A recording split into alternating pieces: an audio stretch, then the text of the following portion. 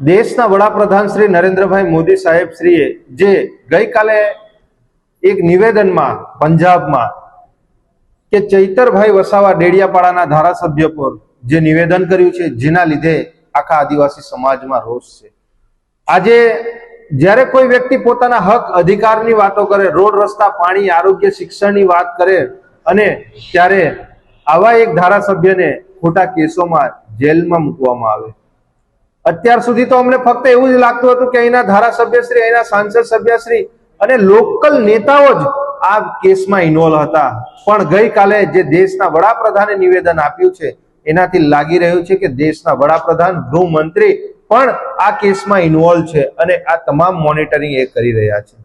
શું ચૈતરભાઈ વસાવાએ જે દિવસે ડેડિયાપાડામાં આપણા દેશના વડાપ્રધાન શ્રીનો કાર્યક્રમ હતો અને એનો હિસાબ માંગ્યો, એ આપણા દેશના વડાપ્રધાન અને આ ભાજપના નેતાઓને પૂછી રહ્યું છે?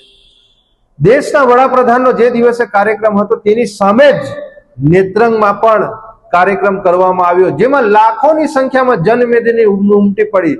અમારી પાસે ના તો કોઈ વહીવટી તંત્ર હતું, કોઈ જાતની ગાડીઓની વ્યવસ્થા હતી, પણ તેમ છતાં આજે દેશના વડાપ્રધાનની સામે જે આ કાર્યક્રમ કર્યો, એ આ દેશના વડાપ્રધાન અને આ ભારતીય જનતા પાર્ટીને પૂછી રહ્યું છે. આજે સમગ્ર દેશમાં હજારોની સંખ્યામાં ધારાસભ્યશ્રીઓ છે, સાંસદ સભ્યશ્રીઓ છે, આજે તેમની કોઈ વાત નથી કરતું. આજે દેશના વડાપ્રધાનની આજે એક મિનિટની કિંમત હોય છે, જ્યારે તમે આવા નિવેદનો એક સામાન્ય ધારાસભ્ય માટે કરો, આ કેટલું યોગ્ય છે?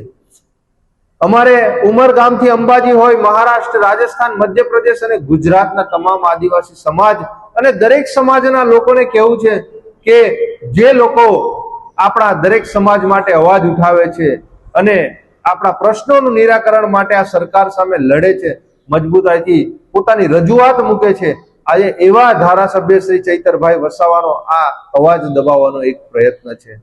એટલે તમામ જનતાને કહેવા માંગીએ છીએ કે આજે 2 નંબરના ધંધા હોય, બુટલેગરો હોય, આજે મર્ડરો કરી નાખે છે, રેપ કરી નાખે છે, આજે તેવા લોકો બહાર છે. 2500 કરોડ રૂપિયાનું કૌભાંડ કર્યું બચુભાઈ કાબડે, જેમનું મંત્રી પદ ફક્ત લઈ લેવામાં આવ્યું, પણ આજે એમની પર કોઈ એક્શન નથી લેવામાં આવતી. શું આ અમારા વિપક્ષમાં બેઠેલા તમામ ધારાસભ્યશ્રી હોય, આગેવાનો હોય, ભારતીય જનતા પાર્ટીની સાથે સાથે આજે દેશના વડાપ્રધાન શ્રી પણ આવા નાના નાના મેટરમાં ઇન્વોલ્વ હોય છે? આજે તમારા ઘણા નેતાઓએ સરકારી કર્મચારીઓને ઢોરમાર માર્યા છે, સરકારી કર્મચારીઓની ફેટ પકડીને એમને માર્યા છે. આજે તેમની પર કોઈ એક્શન નથી લેવાતી, કોઈ કાર્યવાહી નહીં થતી. અને તમે એક સામાન્ય મેટરમાં આજે ચૈતરભાઈ પર તમે નિવેદન કરો છો. એટલે દેશના વડાપ્રધાન શ્રી ને પણ અમારી વિનંતી છે કે અમારે ન્યાય માંગવો તો કોની પાસે માંગવો? આજે તમે ફક્ત એક ગુજરાતના નહીં, પણ તમે આખા દેશના વડાપ્રધાન છો. આજે તમે અમારા પિતા સમાન છો, પણ જ્યારે તમે જો આવા મેટરમાં તમે ઇન્વોલ્વ થતા હો તો આ કેટલું યોગ્ય છે? શું ન્યાયપાલિકા જેવું ખરેખર આપણા દેશમાં રહ્યું છે? ન્યાયતંત્ર જેવું કંઈ રહ્યું છે? કે પછી આ દેશમાં 2 ન્યાયપાલિકાઓ ચાલે છે? અમારે ન્યાય માંગવો તો કોની પાસે માંગવો? એટલે તમામ આદિવાસી સમાજ અને દરેક સમાજના લોકોને વિનંતી છે કે હવે આપણે બધાએ જાગવાની જરૂર છે. જય હિન્દ, જય ભારત. નિરંજનભાઈ વસાવા, નર્મદા જિલ્લા પ્રમુખ.